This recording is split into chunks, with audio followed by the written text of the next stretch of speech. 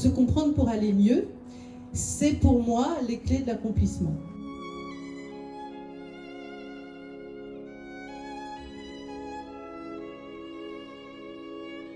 Pour ceux qui me connaissent, vous savez à quel point la notion d'accomplissement est un thème central dans mes travaux.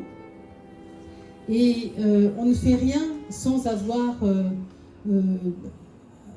l'objectif de s'accomplir à terme.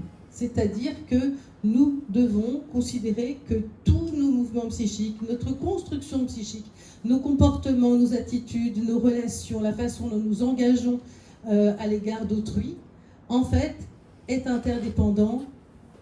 sont interdépendants de la façon dont nous nous sommes construits psychiquement. Et la façon également dont nous avons pu opérer des relations ou observer des relations très très tôt dans l'enfance, c'est-à-dire véritablement dans la cellule familiale d'origine. Et tout ceci préfigure de la suite. Le Louvre-Lens, c'est quand même un lieu de réflexion, d'observation, d'admiration. Et c'est à peu près ce que je vous propose de faire vis-à-vis de l'être humain, ou plutôt que de le vilipender, le fustiger dans ses comportements parfois négatifs à votre égard, quand il y a des conflits, des dissensions. Vous pourriez plutôt commencer par observer ce qui se passe et vous dire, en tant que première clé de compréhension, que le mal à votre égard, ce n'est pas forcément de votre fait, mais c'est ce qui le traverse lui. Et ce sont des paysages mentaux très complexes, avec en fait l'illustration de 3 questions existentielles. Ces 3 questions qui sont par Emmanuel Kant, le philosophe allemand, enfin prussien à l'époque. Que puis-je savoir? On voit là une maman éléphant et son petit éléphanteau. Comme dans cette scène de vie-là, nous sommes à la croisée des chemins entre tout le vécu de nos parents et ce qu'éventuellement ils vont nous transmettre, ou de manière complètement intellectualisée, consentie, consciente. Ils veulent nous apprendre des choses, nous, leurs enfants, d'accord ? Et puis il y a aussi tout ce qu'ils transmettent de manière totalement inconsciente. Et ça, qu'est-ce qu'on en fait? Est-ce que c'est un bel héritage? Est-ce que c'est un héritage lourd dans un transgénérationnel compliqué? Donc, que puis-je savoir du monde au vu de ce que me dit mon parent, mes parents, ma famille? Que dois-je faire avec tout ça? Zébro, qui est tout seul dans la savane, autrement dit en danger. Et quand on commence à s'émanciper, à s'autonomiser, qu'est-ce que l'on doit faire pour prendre soin de soi? Et vous verrez qu'au cours de cette conférence, il y a effectivement une clé de compréhension extrêmement importante à découvrir, qui va vous permettre d'avoir une boussole intérieure et de transmettre à vos enfants, à vos proches, cette même idée de boussole intérieure. Et puis, dans la question relationnelle, qu'est-ce qu'il m'est permis d'espérer? Là, nous avons un couple de lion et lionne. Dans la question relationnelle, comment nous agissons, comment nous recevons les actions de l'autre, qu'est-ce que nous représentons pour l'autre et qu'est-ce qu'il représente pour nous? Et qu'est-ce qu'on peut espérer en termes de bonheur? Parce que s'il y a bien une civilisation actuellement qui est celle du droit au bonheur, c'est la nôtre. Nous avons exponentialisé les divorces parce que dans le fond, nous avons droit au bonheur. Avant, on n'avait pas ce droit-là. En tout cas, on ne le revendiquait pas. Aujourd'hui, si. Alors, vous voyez qu'on peut se demander comment on se construit dans la vie psychique. Là, vous avez des enfants avec une foultitude de jouets, ils ont l'air assez réjouis, ce sont mes filles. Et elles ont servi de laboratoire expérimental à la mère que j'ai été, qui, moi-même, n'ai pas eu la mère que je suis devenue. Donc, il a bien fallu que j'imagine quelque chose de construit pour construire le psychisme, la vie psychique de mes enfants. C'est d'autant plus important que cette construction-là va nous servir de terreau de base et au risque de nous faire répéter des situations. Malheureusement, si l'on n'en prend pas conscience, nous serons confrontés à l'idée que si nous reproduisons ce qui parfois nous fait souffrir, sans que nous en prenions connaissance, sans que nous en ayons conscience, eh bien nous risquons de passer à côté et de la relation et de notre propre bonheur. Donc c'est un enjeu considérable. Un bébé, c'est un terrain à bâtir. Quand il ne naît pas avec des désirs, des envies, il naît juste avec des besoins et une logique absolument imprescriptible. C'est l'idée qu'un bébé seul, ça n'existe pas. Un bébé peut se construire que grâce à son entourage. En fait, cette stimulation cognitive, cette présence affective, cet enrichissement amoureux des parents qui sont censés poser sur le berceau de ce bébé un regard vraiment d'amour, eh bien tout ça l'amène à se construire et à observer. Et on peut dire que Sigmund Freud a été celui qui a le plus clairement, disons, c'est pas le premier mais c'est le plus clair, considéré que la vie de l'enfant était absolument à observer pour comprendre comment s'établissent ces interactions tellement importantes et qui parfois deviennent des rapports de force. Et vous comprendrez très bien que ce rapport de force-là, c'est-à-dire j'ai faim, mais ma maman ne vient pas me donner à manger, c'est pas normal et je me sens en manque. Parfois, il y a des enfants qui vont hurler, redoubler de hurlements pour pouvoir manger, pour imposer leur rythme parce que c'est une nécessité psychique et organique pour eux. Mais il y a aussi des bébés qui vont dire ça doit être comme ça chez moi, mes parents savent ce qu'ils font et je vais donc m'adapter. La grande inconnue, c'est le type d'adaptation que nous avons opéré inconsciemment compte tenu du système familial dans lequel nous sommes nés. Il y a par exemple des enfants, je prends l'exemple d'une mère dépressive dont j'ai le cas actuellement. C'est une maman qui a été enceinte dépressive, qui a donné la vie de manière dépressive et qui a vraiment fait ce qu'elle a pu pour accompagner, d'ailleurs plus qu'un, dans un univers dépressif. Et il y a quelque chose d'assez fascinant à comprendre dans cette cellule familiale-là, avec un père relativement démissionnaire d'ailleurs. Enfin bon, il fait aussi ce qu'il faut pour que la famille puisse tenir debout en allant chercher de l'argent pour la faire vivre, puisque la maman ne peut pas travailler. Et bien en fait, dans ces enfants-là, on voit bien un enfant qui, lui, s'est totalement adapté à cette mère dépressive en la secouant, en la heurtant, en l'animant, en allant vraiment la chercher dans sa torpeur, et l'autre enfant qui, lui, a considéré que cette maman devait être au calme, il ne fallait pas la déranger et pas en rajouter par rapport à ce que son frère faisait. Donc vous voyez bien que c'est la même situation, avec des modes d'adaptation absolument radicalement différents. Eh bien, dites-vous que ce type de système-là, ça existe au début de la vie, dans les premiers mois, et que ça dure en réalité toute la vie. Si vous avez été ces enfants agités, animés, enthousiastes, intéressés, riches dans vos compétences, avec un sentiment de vous appartenir et que tout le monde s'offre à vous, vous avez de grandes chances de le rester. Si dès le départ, vous avez considéré difficile la vie, compliquée la relation avec les petits camarades de l'école, pas possible de parler à papa et maman de ce qui vous dérangeait et en difficulté scolaire, vous aurez forcément une image de vous qui correspond à ce vécu-là. Et rien n'y pourra y faire si on n'en prend pas conscience, et on ne pourra même pas incriminer les parents, puisque ce ne sont pas les parents qui ont agi ainsi, mais c'est la façon dont l'enfant a perçu cette réalité. Il nous appartient donc de comprendre ce que nous avons fait de notre terrain initial et de ce que nous pouvons en dégager.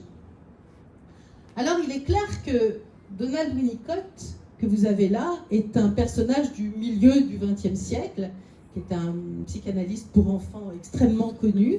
C'est lui qui a dit « un bébé seul, ça n'existe pas ». Et surtout, il a apporté un concept qui s'appelle le holding. Holding, H-O-L-D-I-N-G.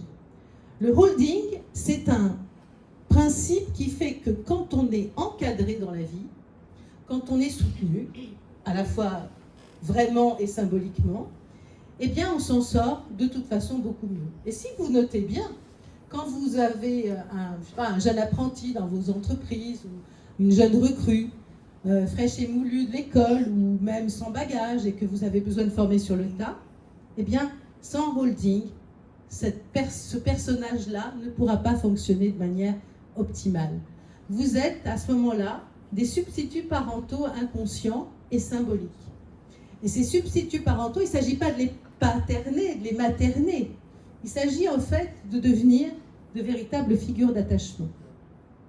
Et la question de l'attachement, elle vient buter contre un principe qui est la loi de Murphy. Vous connaissez peut-être la loi de Murphy. La loi de Murphy, c'est en gros, ça dit, si CAP a mal tourné, ça tournera mal. C'est un peu ça l'idée, d'accord? Et donc, effectivement, il y a des systèmes fatalitaires où on peut dire que si c'est mal engagé dès le départ, il n'y a aucune raison que ça marche. Et donc, tout votre, je dirais, votre talent de manager et de dirigeant d'entreprise va consister à apporter un terreau, un substrat à la fois professionnel, à la fois technique, mais à la fois affectif, pour que la personne qui vienne dans votre univers professionnel puisse se dire « je suis accueillie, je suis même, puisque j'ai été recrutée, on peut même dire que je suis adoptée ». Et vous voyez bien que de manière inconsciente et symbolique, bien sûr, nous sommes là dans une famille d'adoption. L'entreprise est une famille d'adoption qui doit générer un holding à son personnel. Sans passer par la case paternaliste. Hein. On est bien d'accord qu'on n'est pas là pour infantiliser les jeunes recrues, ou même les employés en général. On est là pour apporter un cadre sécure qui va favoriser en fait l'exploration de cette jeune recrue qui va se dire « Ah ben, j'ai le droit d'explorer et donc de faire mes premiers pas sans pour autant être comment dire, taxé d'incompétent, puisque j'ai droit à cette notion d'errance du départ, à condition que j'émette de la bonne volonté. » C'est-à-dire que toute personne à tout âge, dès lors qu'elle est amenée à se situer dans un univers d'exploration, est en fait en cours de grandissement d'elle-même, d'évolution d'elle-même. Grandir pour un enfant, ça passe par l'exploration. Et en réalité, quand nous arrivons dans un endroit inconnu, nous sommes des enfants qui explorons à notre façon et avec notre maturité évidemment, pour pouvoir en connaître davantage.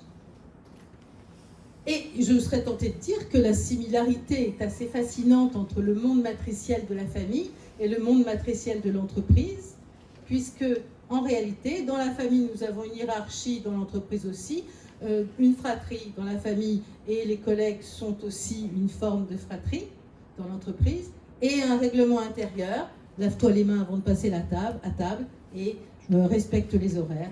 En fait, le principe est le même.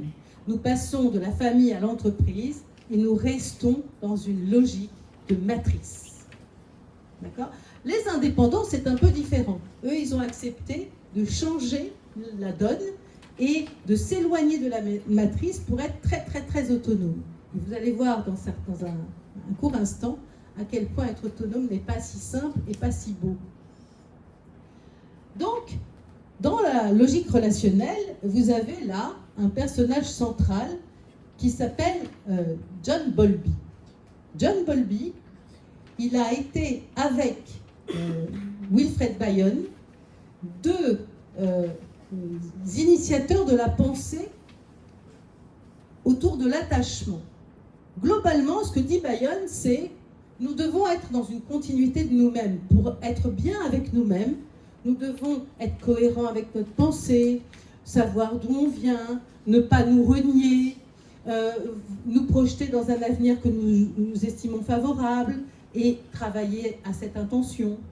Et Bowlby, lui, avec Freud, parce que ce sont des post-freudiens, tous, ils ont vraiment produit un héritage, une continuité dans l'héritage de Freud, eh bien, tous sont d'accord pour dire que nous sommes des êtres humains en devenir et que les instances psychiques régule notre système. Vous avez là le moi, qui est en fait, vous voyez, il y a beaucoup de conscients et beaucoup d'inconscients, plus d'inconscients. Le moi, c'est votre personnalité. Mais comment elle se régule, comment elle s'instaure? Eh bien, en fait, elle s'instaure par le rôle qu'elle a à jouer vis-à-vis de toutes les instances-là qui sont totalement inconscientes. Le surmoi, pas tellement, mais enfin, un petit peu, il y a un petit peu de conscient. Mais ces deux instances psychiques-là, le ça veut dire que c'est le monde de l'empire des impulsions, des pulsions, des émotions, et nous en avons tous, ça fait partie de notre nature. Et le surmoi, qui est très présent, c'est un peu le gendarme moral de chacun. C'est-à-dire que nous avons notre culture, nos traditions, nos règles de vie, nous avons également un sens du bien et du mal, du bon et du mauvais, ce qui se fait et ce qui ne se fait pas. Nous avons un contrat social dans la tête, c'est-à-dire que nous respectons des règles communes de correction, de convenance. Tout ça, nous l'avons en nous de manière inconsciente. C'est-à-dire que quand l'enfant grandit, il l'intègre, tout simplement. Mais parfois, il se trouve que, comme dirait Eric Berne, que vous avez ici, parfois dans la question relationnelle, un grand problème se pose, un énorme problème se pose. C'est que l'autre n'est pas forcément d'accord avec ce qu'on est. Et d'ailleurs, l'autre nous embête parfois souvent. Il n'est pas forcément en coopération. En fait, il est même le plus clair du temps en compétition avec nous, en rapport de force avec nous. Alors, qu'est-ce qui se passe? Qu'est-ce que c'est moi? Et d'ailleurs, ça, c'est moi. En haut de la dune Big Daddy, en plein désert namibien, après 3 heures d'un effort extrêmement intense, à essayer de monter une dune de 300 mètres. Et le sable, croyez-moi, c'est compliqué. Donc, je suis extrêmement fière de moi. J'y suis arrivée. Mais comment j'y suis arrivée? Mais parce que justement, d'après Pierra Olanier, je suis dans une continuité de moi. Et cette continuité de moi, elle me permet d'avoir de l'ambition. Elle me permet de dire, c'est dur de monter cette dune, c'est même inhumain en réalité, mais il y a quelque chose de plus grand, plus fort, qui est mon ambition d'accomplissement. Cette histoire-là a duré 3h30. Ce ne sont pas 3h30 insignifiantes dans ma vie, ce n'est pas anecdotique. C'est ma réussite personnelle. Alors vous avez tous vos dunes de Big Daddy, à vous. Mais cette réussite personnelle, elle me permet de me dire que je suis dans une continuité de moi. Si vous voulez en savoir plus sur ce principe-là, je vous propose d'aller vers mon site internet, vernique-salvan.com. Alors, qu'est-ce que je suis au fond de moi? Qu'est-ce que mon histoire, mes relations avec ma famille, ce que j'ai observé, des relations par exemple entre mes deux parents, ou des dissensions entre mes deux parents, qu'est-ce que j'en fais? Alors, Jacques Lacan, que vous avez là, il nous a apporté beaucoup sur un phénomène qui est très intéressant, c'est l'image qu'on a de nous. Ça s'appelle le stade du miroir.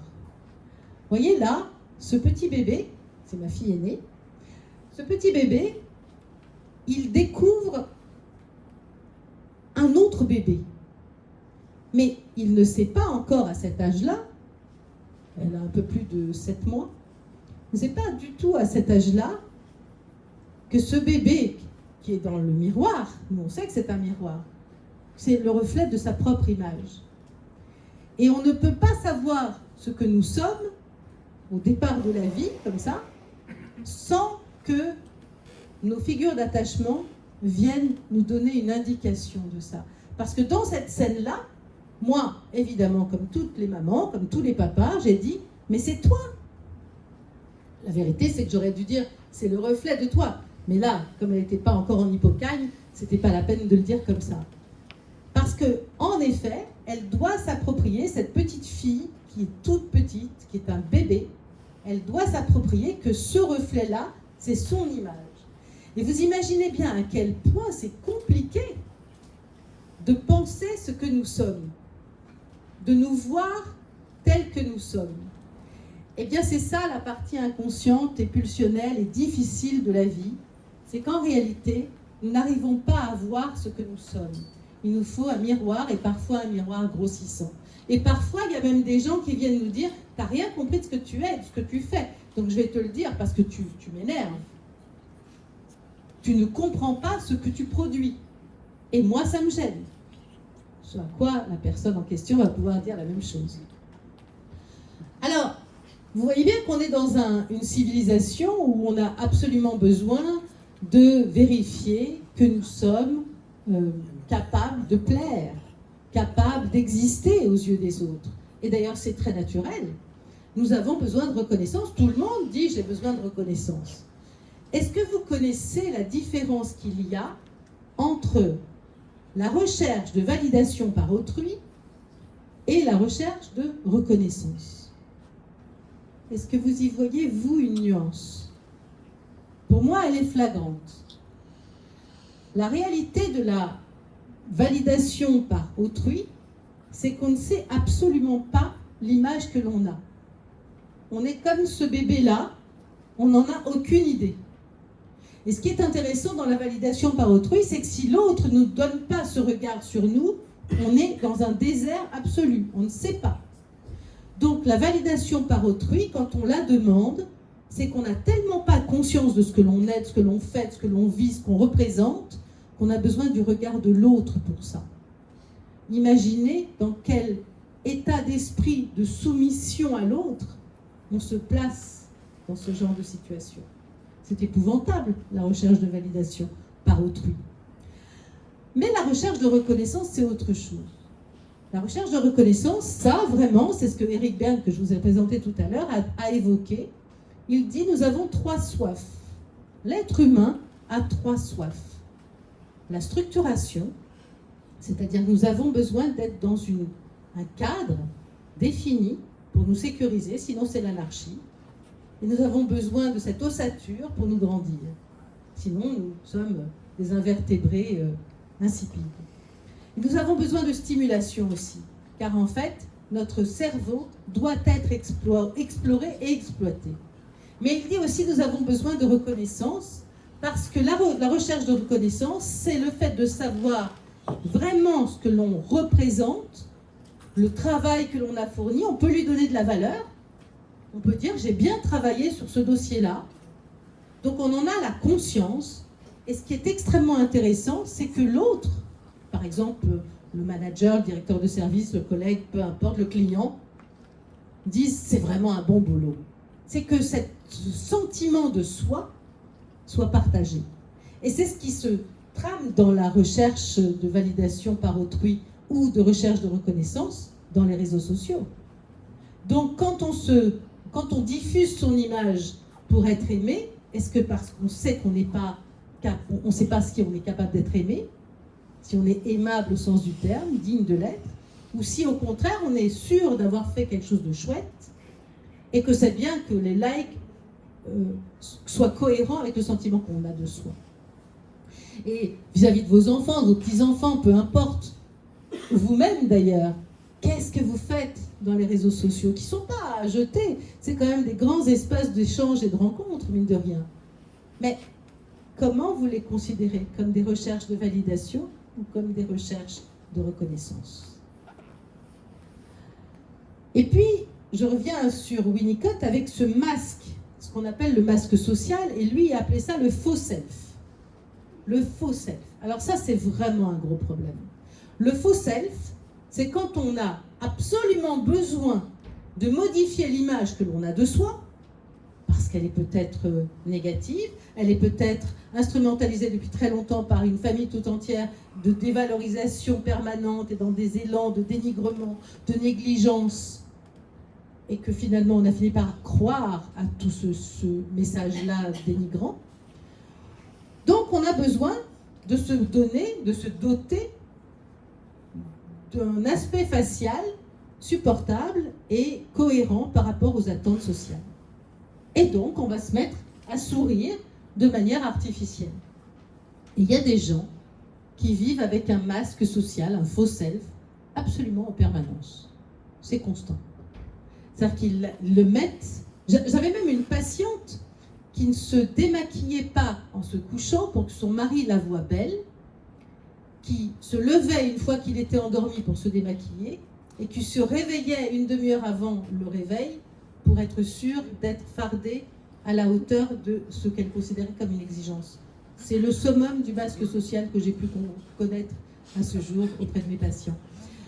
En fait, le masque social, c'est une telle difficulté de se reconnaître tel que l'on est, qu'on irait chercher une image qui paraîtrait beaucoup plus satisfaisante, en tout cas digne d'être aimée. Comme si en réalité on en avait une conscience.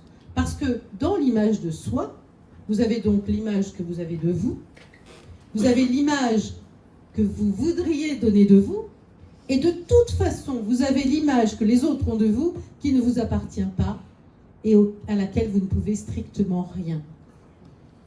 Et il va falloir, pour grandir et explorer et aller de plus en plus vers un sentiment d'accomplissement et de sérénité, d'intégrité de soi, il va falloir accepter que l'image que l'on donne, elle est cohérente avec l'image que l'on a, qu'elle n'est pas forcément dépréciée, et que le discours qui a sous-tendu pendant tellement longtemps autour de la dégradation, la dévalorisation, est un discours qui ne représente pas ce que l'on vit de soi. Et ça s'appelle la différenciation. C'est-à-dire qu'à un moment, pour aller mieux, il faut accepter d'avoir une pensée propre, d'avoir le droit de se séparer de la pensée telle que l'on a vécue dans un bain ambiant familial et parfois professionnel, et qui nous a conduit à avoir peur de montrer qui nous sommes. Donc le but, c'est d'être soi-même. Le problème, c'est que tout ce que nous avons à engendrer dans la vie représente une logique parfois de relations toxiques. Voyez ? Et on ne pourrait même pas s'en passer.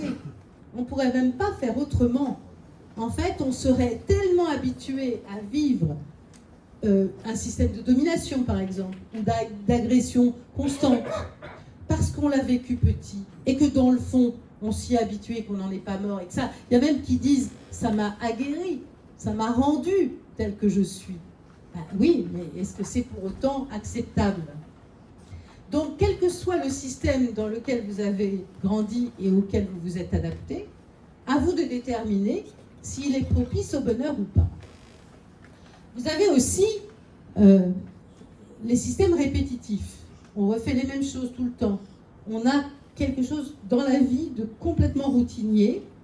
Alors, je ne dis pas que la routine est une mauvaise chose, je dis même que dans la famille, c'est des bons repères et que pourquoi pas. Et après tout, quand on est bien comme ça, il n'y a aucune raison de s'en priver. C'est même plutôt assez apaisant de savoir ce qui va se passer. Les personnes âgées, d'ailleurs, ont de plus en plus, au fil des ans, besoin de repères temporels. Donc la routine est pour elles essentielle. C'est pas pour rien qu'on a imaginé des programmes télé adaptés pour eux, de manière à ce qu'au fil de la journée, ils puissent se repérer dans le temps. Donc la routine n'a rien de mauvais, mais sauf si, en fait, nous sommes contraints par nous-mêmes, personne d'autre nous y contraint, à répéter des systèmes qui ne nous apportent pas réellement beaucoup de satisfaction, mais dont on pense qu'on ne pourrait pas modifier quoi que ce soit. On est dans une forme de fatalité. Cette fatalité n'est inscrite nulle part, sauf dans l'inconscient de certaines personnes qui se croient condamnées à refaire les mêmes choses. Nous avons également des gens qui sont beaucoup dans une espèce d'idéologie selon laquelle elles seraient un produit de leur passé. Donc l'esprit fatalitaire vient aussi se greffer là-dessus, et en étant nostalgique d'une histoire ancienne, elle ne pourrait pas imaginer dépenser toute cette énergie à prospecter et explorer un futur envisageable. En fait, ce sont des gens qui se considèrent le produit de leur passé. Or, il faut bien comprendre une chose, c'est que nous ne sommes pas des produits de notre passé. Nous sommes capables, en fait, avec conscience, de nous définir en fonction de nos ambitions, en fonction de nos perspectives, en fonction de nos désirs, de nos projections de nous-mêmes. Ça nous définit. Mais le fait d'avoir grandi, par exemple, dans un univers donné, ne nous appartient pas en propre. Nous l'avons souvent subi. Est-ce que le fait d'avoir des parents, par exemple, défaillants, nous condamne à la défaillance? Pas du tout. Ça peut nous amener à des reproductions de défaillance si on n'en prend pas conscience. Mais en tout cas, ce n'est pas ça qui nous définira. Ce qui nous définit, c'est notre pensée, nos actes et nos ambitions pour nous-mêmes. Il y a aussi cette question qui est absolument fondamentale aujourd'hui, c'est la question du pulsionnel, comme ça, de l'impulsif. Des comportements agressifs notamment, où en réalité, nous assistons à un schéma profondément infantile, où je fais parler comme ça mon dynamisme à moi, comme si j'étais un enfant qui ne réfléchit pas, et je vais après le justifier en disant « oui, mais c'est toi qui m'as incité à ». Je vous donne l'exemple d'une jeune patiente qui a été terrassée à un moment par le comportement de son petit ami. Ils étaient dans la voiture, ils cherchaient une place, et elle, à un moment, dit « oh, regarde, là, il y a une place ». Lui, ça faisait un bail qu'il était excédé par la circulation, le fait d'être en retard et je ne sais quoi, et il lui en a collé une, mais alors, comme ça, de manière impulsive, soudaine. Elle est restée estomaquée, et c'est en séance après qu'elle a pu en parler.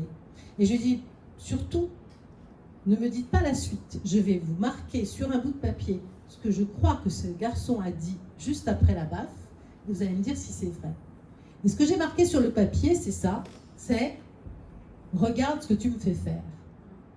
Regarde, c'est à cause de toi si j'en arrive à te coller une baffe. » Et c'est exactement ce qui s'est passé. Pourquoi ?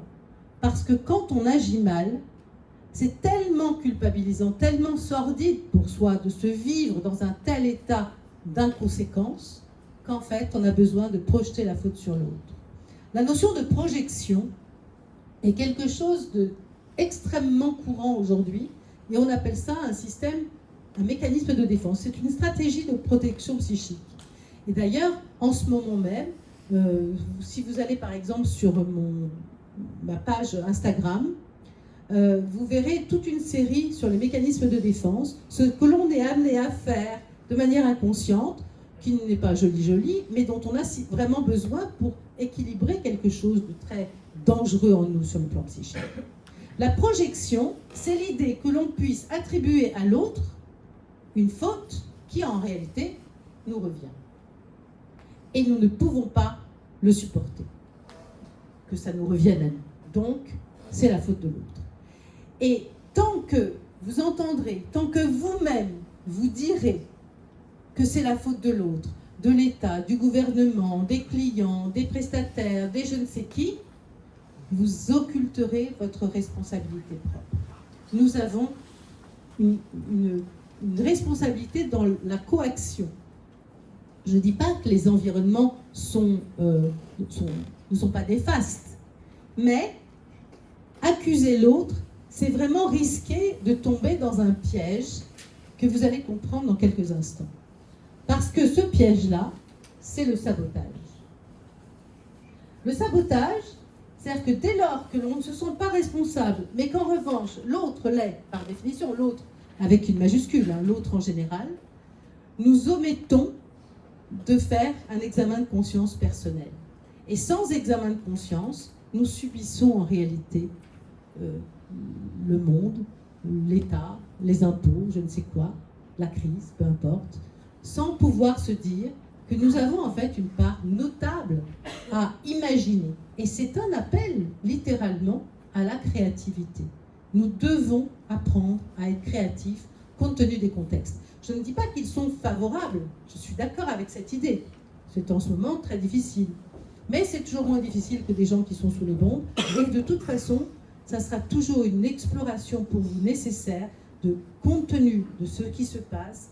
Demandez-vous sans arrêt, qu'est-ce que je pourrais faire qui ne dépende que de moi pour améliorer quelque chose et surtout pour ne pas me trouver dans mon piège. Le problème, et ça c'est Freud qui l'a dit, alors ça on ne voit pas très bien, mais là c'est un doudou dans un état de putréfaction, littéralement. Freud a dit, nous n'allons pas forcément vers la jouissance, vers le plaisir. L'impulsivité, c'est le plaisir. C'est la jouissance du « c'est moi qui ai droit ». Je veux, j'obtiens. C'est donc un principe dit de plaisir. Il y a aussi un principe dit de réalité. je veux et j'aurai si c'est possible. Et là, dans la question du doudou, c'est que nous avons besoin, certes, de jouissance, de satisfaction, on va dire, mais nous avons aussi besoin du familier. Et le gros problème de ça, c'est qu'on irait plus favorablement vers du familier, même s'il n'est pas très confortable, tant qu'il n'est pas trop étrange pour nous. Or, n'oublions pas, et je le répète à l'envi, c'est bien parce que nous allons explorer des zones inédites dans notre vie que nous pouvons grandir. Aller vers le familier, c'est aller vers la régression infantile. Et on appelle ça, dans mon jargon, on appelle ça de la fixation infantile. C'est-à-dire que si on n'explore pas des choses nouvelles, si on continue de rester dans le familier, en fait, nous bloquons le processus d'évolution. Donc, nous restons des enfants. L'évolution, c'est toujours l'exploration. L'exploration, oui, mais parfois à des prix très très douloureux. Car en réalité, nous reproduisons parfois des choses qui sont littéralement dysfonctionnelles et, je dirais, contre-productives pour nous-mêmes. Ça, c'est un sujet qui m'est cher, puis ça fait plus de 10 ans que je travaille sur cette question. J'ai commis 2 livres, et dans celui que vous avez là, pour ceux qui ne l'ont pas encore lu, si vous m'en faites l'honneur, vous verrez que nous reproduisons incroyablement un nombre terrible de choses. Et évidemment, souvent, à notre détriment. Parce qu'en réalité, tout part d'une souffrance. Quand on est petit, le simple fait d'être frustré est une souffrance. Il ne s'agit pas forcément de baffe. On peut aussi, en psychanalyse, souffrir d'être trop aimé de sa maman. Donc, on est bien d'accord, la notion de souffrance est extrêmement vaste. Mais quand il s'agit de se situer dans un système, une configuration de souffrance, où il y a de la dévalorisation, de l'humiliation, du dénigrement, ou alors il y a des parents qui se disputent tout le temps et on ne sait pas comment agir, on se sent impuissant quand on est petit. Bref, toute forme de situation dite de souffrance, la seule façon qu'un enfant, parce qu'il est très impuissant à agir évidemment, la seule façon qu'un enfant a de se proposer de grandir, c'est de s'adapter. Et donc cette adaptation va produire la normalisation de la situation de souffrance. Je suis humiliée, mais c'est normal parce que je vaux rien. Mon père me bat, mais c'est normal parce que j'ai fait des bêtises. D'accord ? Donc, vous pouvez imaginer toutes sortes de choses. Dans les 2 livres que j'ai commis, il y a en tout, sur les 2, il y a peut-être une 60aine de cas de patients réels qui vous prouveront que dans toutes les situations de la vie, quelle que soit la situation, en famille, entre amis, au boulot, avec des enfants, avec des parents, avec des conjoints, peu importe, nous reproduisons ce dont nous avons souffert, précisément. Et ça nous amène effectivement à cette reproduction.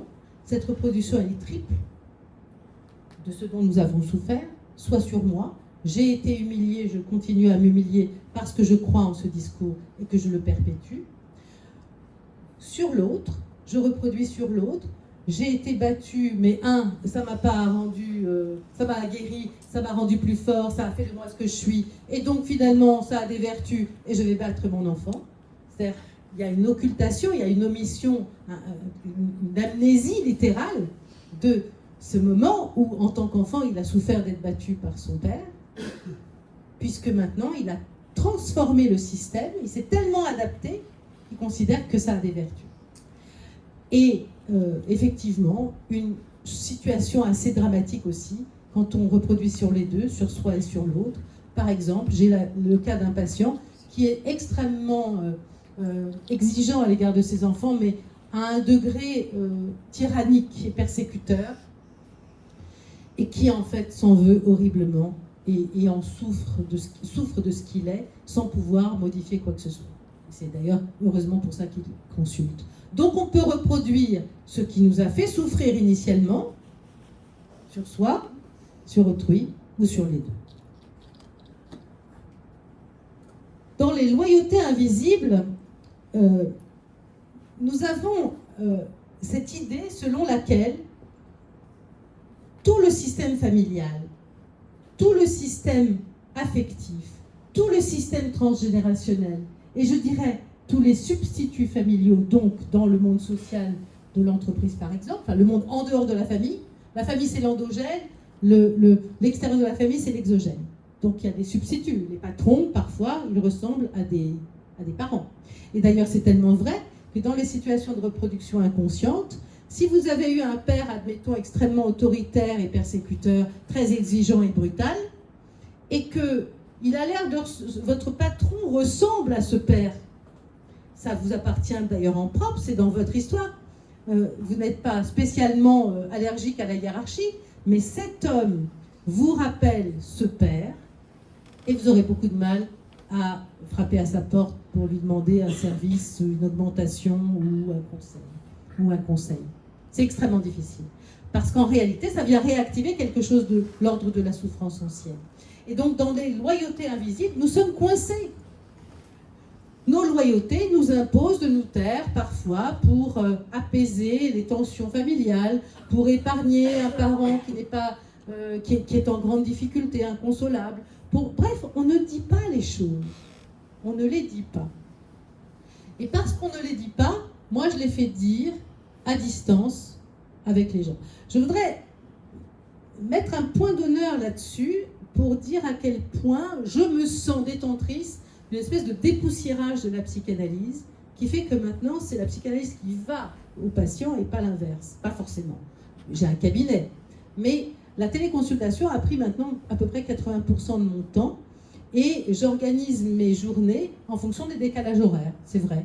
Donc je commence ma journée avec l'Asie qui, elle, est à l'après-midi ou au soir, voire même la Polynésie pour qui c'est la veille. Et je construis ma journée avec l'Europe, l'Afrique, puis les Amériques qui se réveillent et qui me consultent. Ce que je veux dire par là, c'est qu'il y a une opportunité exceptionnelle de comprendre qu'il y a désormais dans la société des gens, et des jeunes d'ailleurs, avides de comprendre ce qui ne va pas dans leur reproduction inconsciente, parce que bien souvent, ce sont des gens qui sont allés à l'autre bout de la planète. Les expatriés, ils vont très très loin, ils gagnent très très bien leur vie, mais ils partent avec leurs valises, et dans leurs valises, ils y mettent les mêmes troubles familiaux, les mêmes culpabilités, les mêmes douleurs historiques qu'ils ont toujours supportées. Donc pourquoi? C'est qu'en fait, on ne parle pas assez. Alors voilà, pourquoi on ne parle pas assez? C'est parce qu'on ne sait plus verbaliser. Je vous propose de réaliser à quel point c'est dangereux et grave. C'est que maintenant, compte tenu qu'on lit moins et qu'on écrit moins surtout, on perd à peu près 450 mots de vocabulaire. En tout cas, les jeunes perdent 450 mots de vocabulaire, ce qui est gravissime. Chez les adultes, c'est à peu près 300, 350. Mais c'est considérable. Il faut se remettre à parler, il faut se remettre à lire, il faut se remettre à écrire. Et là où c'est intéressant, c'est que cette ligne verbale qui est là, elle va vous séparer du flou à l'identification des situations. Tant que vous êtes en dessous de la ligne verbale, vous ne l'avez pas passée, vous n'avez pas parlé, vous n'avez pas communiqué, tout est de l'ordre de la sensation chaotique et des perceptions diffuses. Vous ne comprenez pas ce qui se passe. C'est en verbalisant la situation, en disant voilà ce qui se passe dans cette situation et voilà ce que du coup je vais être amené à considérer et à produire, vous pouvez vous en sortir. Et d'autant plus qu'une fois qu'on a identifié la situation, on a pu mettre des mots dessus, eh bien on va pouvoir comprendre les causalités de la situation dite désastreuse, qui nous a quand même piégés, puis on va pouvoir créer une forme d'empathie, je comprends mieux l'autre, je comprends mieux moi, et mes réactions, et aboutir à des interactions de qualité. Donc en fait c'est une nécessité maintenant de se dire, plus je verbalise une situation, plus je la comprends. Plus ça me permet d'y réfléchir, et plus j'opère le changement. C'est ainsi que nous allons pouvoir, grâce à la verbalisation, gérer les débordements, gérer les conflits, gérer les addictions, gérer les somatisations, gérer les impulsions et la violence. Si nous laissons les gens dans un univers de pulsionnel, qui est de l'ordre du passage à l'acte, nous avons ce qui se produit maintenant de plus en plus, et c'est un drame absolu, ce que nous voyons notamment dans les collèges, avec des enfants qui, à 13 ans, prennent un couteau de cuisine et vont, assassiner, il n'y a pas d'autre mot, leur professeur d'espagnol. Par exemple, c'était le cas à Sanary au début de l'année. La question du pulsionnel, chez les adultes, il n'y a pas que les jeunes qui font ça. Les féminicides, c'est du pulsionnel. Tout acte, tout passage à l'acte, c'est le pulsionnel non élaboré, c'est-à-dire rien n'est passé par la tête, rien n'a été réfléchi, et c'est la main qui parle à la place de la bouche. La main devient le vecteur de l'expression plutôt que la pensée. Voilà le passage à l'acte. Donc, dans la question de la gestion des émotions, nous devons nous ajuster dans la relation pour admettre que réfléchir, c'est observer l'autre et en conclure quelque chose pour s'harmoniser à ce qu'il est. On dit la peur se rassure, la tristesse se console, la colère s'apaise et la joie se partage. Si vous voulez rassurer une tristesse, ça n'a pas de sens. Si vous voulez consoler une joie, ça n'a rien à voir. Bref, vous ne pouvez pas tout mélanger. Et vous voyez que dans cette gestion simple des émotions, vous pouvez arriver à un état relationnel satisfaisant parce que, en réalité, vous avez compris ce que l'autre aimait et vous pouvez apporter la réponse appropriée. Si vous ne le faites pas, l'autre, immanquablement, se sentira non compris, enclenchera un sentiment de rancœur, voire de rancune, et peut-être que dans son immense désarroi flou, non élaboré, c'est-à-dire non pensé, il pourra commettre le pire. Alors le pire, parfois, c'est pas grand-chose, mais parfois le pire, c'est la catastrophe. Donc nous devons symboliser. C'est ça qu'on appelle en psychanalyse, c'est la solution. Se comprendre, c'est chercher à mettre des signaux, des signes, des images, des éléments de compréhension qui en fait sont compatibles avec tout le monde. Si on met ce symbole-là, ça devient un langage. Eh bien c'est la même chose pour les situations. Vous devez apprendre à symboliser. C'est-à-dire, quand je suis en rage, quand je suis un collégien de 13 ans, où ça ne va pas dans ma famille, où je ne suis pas bon à l'école et j'ai l'impression d'être dévalorisé, qu'est-ce que je peux en dire? Comment je me sens, plutôt que de me faire prendre un couteau. Donc ça va nous permettre de symboliser, d'élaborer, de réfléchir à ce que je fais, ce que je suis, ce que je vis, ce qu'on me fait vivre, ce qui se passe. Ça va me permettre de calmer mes émotions, ça va me permettre de me contenir, ça va me permettre de représenter à mon conscient la situation qui me trouble. Ça va permettre de faire des liens. Tiens, c'est quand même bizarre. Je suis dans cette situation alors que je le suis depuis longtemps et que je retrouve sans arrêt les mêmes travers dans mon cursus. Ça va permettre aussi d'apprendre. Et on ne peut pas grandir si on ne continue pas à apprendre. Et la finalité, vous l'avez compris, c'est de s'exprimer. Et s'exprimer, ça a beaucoup de sens. Dolto disait tout est langage. Ce que nous construisons, c'est dans le langage une image de soi, une manière d'aimer et une expressivité. Et quand vous avez la capacité de comprendre que la relation, ce sont des besoins relationnels constants, c'est-à-dire j'ai besoin d'impact dans la vie, sinon je ne me sens pas vue, reconnue, je n'existe pour personne. Donc j'ai besoin de faire un dessin, de le montrer à ma maman quand je suis petit, mais si ma maman, elle regarde ailleurs, elle n'est pas assez disponible, elle est trop évanescente, elle ne comprend pas la réalité de ma nécessité, je risque d'être très seule, très désespérée, et de devoir m'autonomiser, non pas au travers d'un enrichissement affectif, mais au travers de ma solitude. C'est ce qu'on appelle un attachement insécure, évitant. Je vais faire sans, je vais y arriver, je vais être super autonome, mais je serai très vide. dans la relation. Si on a la chance d'avoir une maman réceptive, alors quand je dis maman, on est bien d'accord, parents, peu importe, grand-mère, ça n'a pas d'importance, figure d'attachement. Si j'ai la chance d'avoir un adulte auprès de moi, un référent, et au boulot c'est la même chose, qui va prendre acte de ce que je lui présente et qui va le partager dans ce moment comme ça tellement précieux, je serai enrichie de cette relation. Et le besoin d'impact, il est concomitant avec le besoin d'initiative. C'est-à-dire que, pour l'illustrer, imaginez que dans mon cabinet de consultation, j'ai une boîte de mouchoirs. Moi, c'est mes fournitures scolaires, les boîtes de mouchoirs.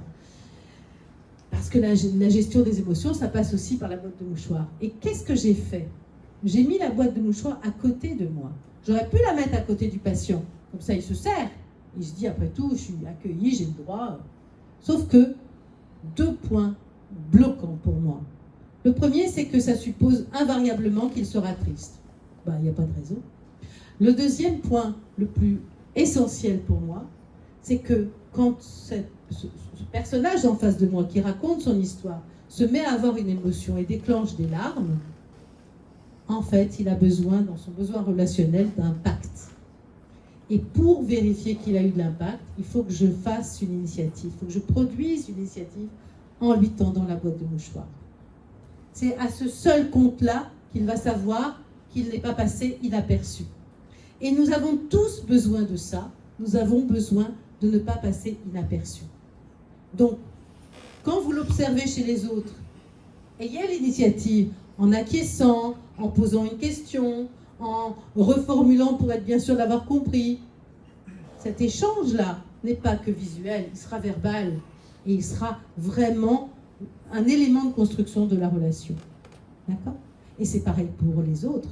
Quand vous avez ce besoin d'impact et que vous observez que dans votre entourage, ça tombe par terre sans être repris, vous pourrez en conclure que la relation n'est pas établie et vous ne pouvez pas forcément en attendre grand-chose. Mais vous pouvez aussi vous dire, là j'ai quand même besoin d'avoir une meilleure relation avec ce personnage qui n'a pas fait grand cas de ce que je lui ai dit.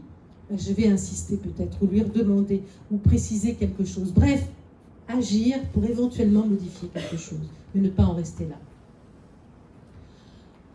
La bonne équation, c'est le fait de pouvoir identifier nos émotions, comprendre nos réactions, symboliser nos expériences. Et c'est ça qui crée la relation.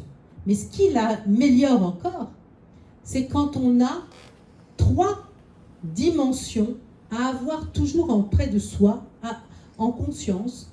C'est d'ailleurs faire preuve de bienveillance. En réalité, je ne sais même pas pourquoi on le dit, on devrait l'admettre comme étant le point de départ initial pour tout, mais ce n'est pas toujours le cas. Donc chercher de la bienveillance, ajouter des réponses adaptées, appropriées aux situations, pédagogiques pour les enfants, professionnelles pour les adultes, etc. Et ne pas oublier que le facteur éminemment important, c'est que ça soit constant. Si vous agissez de manière bienveillante avec des réponses adaptées, mais que c'est variable en fonction de votre humeur, vous établissez un attachement insécure. Si vous n'êtes pas très très bienveillant, mais on peut vous faire confiance parce que vous êtes fiable, parce que vous avez des réponses adaptées aux situations, et que vous êtes constant là-dedans, mais il va manquer quand même l'élément tellement important de la relation. Bref, pour devenir, je dirais, de bons managers, de bons parents, de bons amis, de bons enfants même, il n'y a pas 36 000 solutions. Il faut toujours avoir à l'esprit que ces 3 éléments-là sont absolument décisifs pour se sentir bien dans la relation et pour se sentir être des gens bien tout court. Sinon, nous avons de l'ambivalence, nous avons de la désorganisation, nous avons de l'évitement. Et le problème, moi je pense toujours au ce big quit. Le big quit, c'était au moment du Covid. Par centaines de milliers, des gens ont renoncé à leur CDI pour devenir boulanger en Ardèche, éleveur de chèvres ou de vaches dans le Morbihan ou je ne sais quoi. Pourquoi? Parce que la question managériale était véritablement la plus douloureuse. Ils aimaient bien leur boulot. Ils avaient fait des études pour. Ils voulaient être dans la continuité d'eux-mêmes, comme je l'ai dit initialement. Sauf que ils ont été en but à une difficulté d'avoir un management, de subir un management parfois ambivalent, parfois désorganisé, et peut-être même dans l'évitement. Donc eux-mêmes ont fini par éviter ce système et sont sortis des rails. On les a perdus pour la cause de l'entreprise, et c'est dommage. Pour mieux comprendre tout ça, la question de l'attachement et la question des liens, je vous propose de vous référer à ce que j'ai mis sur mon site internet. Il y a une vingtaine de sujets sous forme de replay d'un webinaire, il y a la gestion des émotions, il y a l'attachement, il y a la relation à l'autre, comment gagner en estime de soi. Enfin, il y a une foultitude de sujets grand public et très accessibles que je vous propose d'aller voir. Le but, c'est de s'individuer. Le but, c'est d'arriver à dire qu'on a davantage de conscience, davantage de responsabilité intérieure, davantage de cohérence psychique et que ça produit davantage de liberté. Quand on est menotté, quand on est piégé par soi-même, en fait, on n'est pas libre. Et on ne peut en vouloir à personne, contrairement à ce que beaucoup font. Donc, l'idée, c'est la boussole intérieure dont je vous parlais tout à l'heure. C'est l'idée de se dire, qu'est-ce que dans mon psychisme, je peux faire, je peux exploiter pour créer une conscience. Comment va se constituer ma conscience? Eh bien, ce surmoi, ce bon surmoi, c'est de se dire, si j'entreprends quelque chose, à quoi je dois m'attendre? C'est-à-dire d'y réfléchir, d'anticiper les éventuelles difficultés et de les accepter si elles sont acceptables, mais de ne jamais s'arrêter simplement parce qu'il y a un petit peu de difficulté. Et c'est le gros problème actuel, c'est le manque d'efforts. Et d'ailleurs, il y a beaucoup de managers qui manquent d'efforts aussi. Manque d'efforts de compréhension, manque d'efforts d'exploration de leur métier, des nouveautés, manque d'efforts en général. Donc nous avons à nous dire, qu'est-ce que, avec ma pensée, je peux opérer? Et c'est ça, et franchement, j'ai une galerie de portraits que je trouve merveilleuse. Regardez un peu ça. Ce sont des personnes qui, au bout du compte, ont fini par être sereines, accomplies, en confiance avec elles-mêmes. Et elles sont en cohérence avec elles-mêmes, dans une continuité d'elles-mêmes. C'est-à-dire qu'elles savent qu'elles représentent des gens qu'on dirait bien. Je suis quelqu'un de bien. Je suis quelqu'un qui a pris soin de moi, de mes proches, de mon patrimoine, de mes valeurs, que j'ai respecté les gens, que je suis restée dans le contrat social. Et qu'au bout du compte, cette tranche d'âge, 35 ans, 65 ans, qui est ce qu'on appelle l'âge de la générativité, c'est-à-dire qu'on accomplit des choses incroyables, on magnifie une carrière, on optimise un patrimoine, on crée un héritage, il y a des choses formidables, donc on s'occupe des siens, de nos proches, les vieux, les jeunes, peu importe qui, les amis, on bouge, on sort, on vit, on découvre. Eh bien tout ça, en fait, imaginez-vous qu'il y a des gens qui n'y arrivent pas, parce qu'ils n'ont pas obtenu cet élan, cette impulsion en eux pour explorer des choses et apprendre des choses nouvelles. Et donc, on peut imaginer qu'il y a la bonne colonne de la générativité et la mauvaise colonne de la stagnation. Et il y a des gens entre 35 et 65 ans qui sont dans une stagnation. Le problème, c'est quoi? C'est qu'il faut viser loin. Dans cette optique-là, on peut se dire, si je m'en tiens à ce que je fais maintenant, et que je ne sais pas comment je vais le vivre après, ça ne sert à rien. La colonne de la générativité est là, la colonne de la stagnation est ici. Et au-dessus de ça, il y a une dernière tranche d'âge qui crée un challenge existentiel monumental. La générativité produit de l'intégrité de soi, un sentiment d'accomplissement et de bonheur. Et la colonne de la stagnation va se terminer par, au-delà de 65 ans, un sentiment de désespoir. Et pour avoir accompagné des personnes âgées dans le grand âge, où on voit objectivement qu'ils savent qu'ils ont raté les portes, qu'ils savent qu'ils sont restés dans la stagnation, qu'ils savent qu'en fait, leur mauvaise relation avec leur famille, les enfants qui ne viennent pas leur rendre visite, tout ça, c'est eux qui n'ont pas agi, qui n'ont pas été en responsabilité de leurs propres actes, et qui ont cru que c'est les autres qui faisaient des fautes. Ils ont mis la responsabilité sur leurs enfants qui ne viennent pas les voir, etc. Eh bien, en fait, ils sont désespérés. Et le désespoir du grand âge, je ne le souhaite à personne. Donc, c'est pour ça que je vous propose, pour finir, de vous dire que pour vous comprendre, pour aller mieux, il faut déjà voir loin, avoir cette ambition de pouvoir se dire, à la fin de ma vie, je serai dans la bonne colonne. Je ne peux pas me permettre le désespoir du grand âge. C'est trop grave, c'est trop dur. C'est trop dur pour soi, c'est trop dur pour l'entourage. Avec une perte d'autonomie, une perte de sens, une perte cognitive, un petit truc effarant.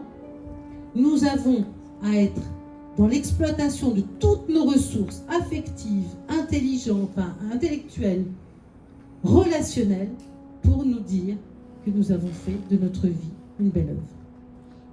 Je vous remercie.